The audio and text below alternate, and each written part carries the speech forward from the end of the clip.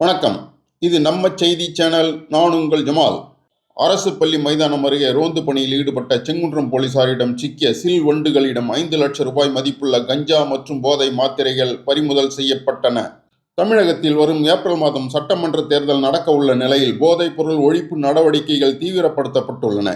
இந்த நிலையில் Chennai Avadi police commissioner Prem Anand Sinha உத்தரவின்படி இணை கமிஷனர் சிவகுமார் மேற்பார்வையில் செங்குன்றம் காவல் மாவட்ட துணை கமிஷனர் பாலாஜியின் ஆலோசனையின்படி செங்குன்றம் சரக உதவி கமிஷனர் ராஜா ராபர்ட் தலைமையில் செங்குன்றம் இன்ஸ்பெக்டர் கிருஷ்ணமூர்த்தி மற்றும் போலீசார் போதைப் பொருள் ஒழிப்பு நடவடிக்கைகளை தீவிரப்படுத்தி கண்காணிப்பு மற்றும் சோதனைகளில் ஈடுபட்டு வருகின்றனர். அதற்காக செங்குன்றம் போலீஸ் நிலைய எல்லைக்குட்பட்ட பல்வேறு இடங்களில் பழைய குற்றவாளிகளின் நடமாட்டம் மற்றும் போதைப் பொருட்களின் விற்பனை பற்றிய ரகசிய தகவல்களை கண்காணித்து வருகின்றனர். இந்த நிலையில் செங்குன்றம் இன்ஸ்பெக்டர் மற்றும் போலீசார் நேற்று மாலை பாடியநல்லூர் அரசு பள்ளி மைதானம் அருகே கண்காணிப்பில் ஈடுபட்டிருந்த போது சந்தேகத்திற்கிடமான வகையில் வந்த இருவர் மொபைல் போனில் பேசுவது போல் கையில் வைத்திருந்த பிளாஸ்டிக் பையை அங்கு நிறுத்தப்பட்டிருந்த லாரியின் பின்புறம் மறைத்து வைக்க முயன்றனர்.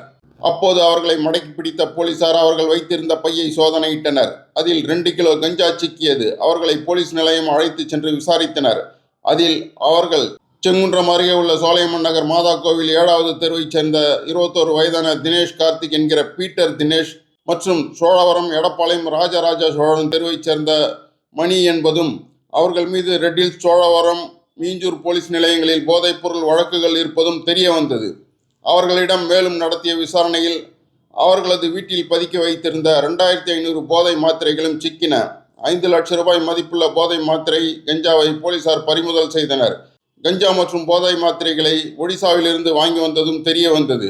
அவர்கள் மீது வழக்கு பதிவு செய்து கைது செய்த போலீசார் மேலும் போதைப் பொருள் கடத்தல் தொடர்பான வழக்குகள் காரணமாக இருவரையும் குண்டர் சட்டத்தில் கைது செய்யவும் போலீசார் நடவடிக்கை எடுத்து வருகின்றனர். நன்றி, வணக்கம்.